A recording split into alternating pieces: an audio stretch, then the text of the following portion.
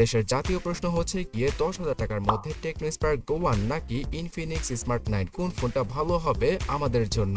সেই প্রশ্নের উত্তরটাই দিব আজকের ভিডিওতে। তার জন্য লাইক এবং সাবস্ক্রাইব করে শেষ পর্যন্ত দেখতেই থাকুন। এই দুইটা স্মার্টফোনের বক্স কন্টেন্ট অনেকটা সিমিলার লেভেলের, তাছাড়া এই দুইটা স্মার্টফোনের ভেতরেই সিমিলার টাইপের ডিসপ্লে আর ডুয়াল স্টোরেজ স্পিকারের পাশাপাশি রয়েছে সিমিলার স্টোরেজ ভেরিয়েন্ট। তো পার্থক্যটা কোন জায়গায় সেটা সম্পর্কে জানাচ্ছি। প্রথম যে পার্থক্যটা সম্পর্কে জানাবো সেটা অনেক হিউজ, মানে দাঁড়াচ্ছে গিয়ে পারফরমেন্সগত দিক দিয়ে টেকনো স্পার্ক গো 1 স্মার্টফোনটা কিছুটা হলেও এগিয়ে রয়েছে ইনফিনিক্সের ফোনটি থেকে। বিকজ টেকনোর স্মার্টফোনটিতে ইউজ করা হয়েছে ইউনিসকের T615 এই চিপসেটটি, যে চিপসেটটা কিনা ইনফিনিক্স স্মার্ট 9 এ থাকা মিডিয়াটেক হেলিও G81 থেকে কিছুটা বেশি পাওয়ারফুল। এদের আন্তত বেঞ্চমার্কের রিপোর্ট দেখলে আপনারা সেটা আন্দাজ করতেই পারবেন। রেগুলার ইউসেজেও টেকনোর স্মার্টফোনটি ইনফিনিক্সের ফোনটাকে হারিয়ে দিতে পারবে। এখানে অ্যাপ ওপেনিং আর ক্লোজিং এর স্পিডটা টেকনোর ফোনটাতে কিছুটা ভালোই পাওয়া যাবে। আর গেমিং এর কথা বললে টেকনোর ফোনটি দ্বারা পাবজি গেমটা 40 এফপিএস এ খেলা পসিবল, কিন্তু ইনফিনিক্স এর ফোনটা 30 থেকে 35 এফপিএস এর বেশি দিতে পারবে না। সো গেমিংগত দিক দিয়েও টেকনোর ফোনটি কিছুটা হলেও এগিয়ে। তবে আবার ক্যামেরা সেকশনে ইনফিনিক্স কিছুটা এগিয়ে থাকবে, বিকজ ইনফিনিক্সের ফোনটিতে 50 মেগাপিক্সেলের মেইন ক্যামেরা সেন্সর আর 8 মেগাপিক্সেলের সেলফি রয়েছে।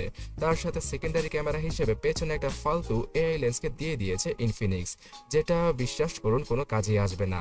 কিন্তু টেকনোর ফোনটিতে রয়েছে 13 মেগাপিক্সেলের মেইন ক্যামেরা, আর দ্বিতীয় ক্যামেরাটি না দিয়ে একটা কাজের কাজ করেছে টেকনো। সেখানে তারা আয়ার ব্লাস্টার সেন্সরকে দিয়ে দিয়েছে, এবং এই আয়ার ব্লাস্টার সেন্সরটাই অনেক বেশি কাজে আসবে আমাদের, বিকজ এটার মাধ্যমে যে কোনো টিভি, এসি অথবা ফ্যানকে, যেগুলো কিনা রিমোট কন্ট্রোলকৃতভাবে কন্ট্রোল করা পসিবল, সেগুলো ইজিলি এই টেকনোর ফোনটি দ্বারাই কন্ট্রোল করা পসিবল হবে।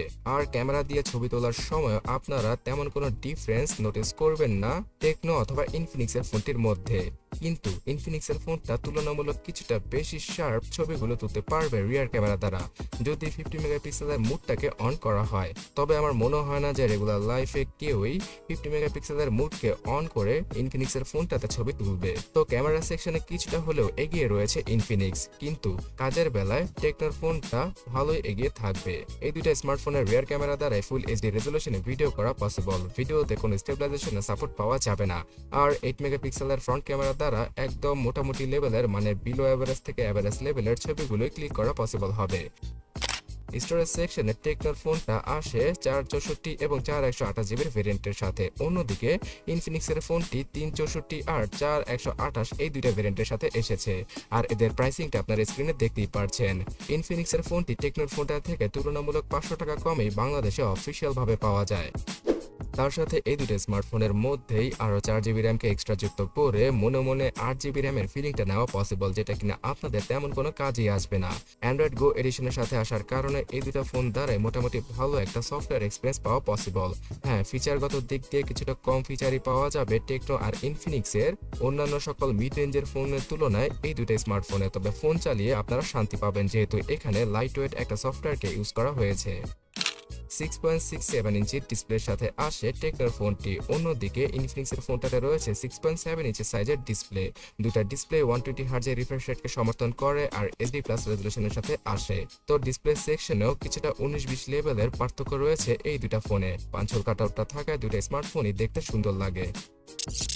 তবে হ্যাঁ, চার্জিং স্পিডে রয়েছে কিছুটা বড়সড় পার্থক্য।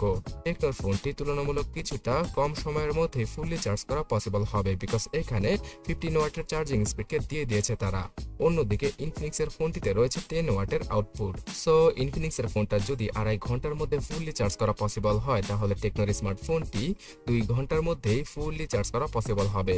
এই দুটা ফোনে সাইড মাউন্টেড ফিঙ্গারপ্রিন্ট স্ক্যানার সহ 5000 mAh এর ব্যাটারি রয়েছে, আর কানেক্টিভিটি সেকশনে অনেকটা সিমিলার লেভেল স্পেসিফিকেশনই প্রদান করছে এই দুইটা smartphone. So guys, at the end এক কথায় বলতে গেলে টেকনোর স্মার্টফোনটাতে আয়ার ব্লাস্টার পোর্ট রয়েছে, এর চার্জিং স্পিডটা কিছুটা ভালো আর পারফরমেন্সটা তো আরো ভালো। সো এই কারণেই টেকনো স্পার্ক গো 1 স্মার্টফোনটার 464 ভেরিয়েন্টটা যদি আপনারা 10,000 টাকার মধ্যে অথবা 10,500 টাকার মধ্যে পারচেস করতে পারেন, তাহলে আপনাদের জন্য বেটার হবে। তবে আপনার বাজেট যদি একদম টাইট থাকে, তাহলে ইনফিনিক্স স্মার্ট 9 ফোনটার 364 ভেরিয়েন্টটা 9,000 টাকা বাজেটে আপনি দেখতে পারেন।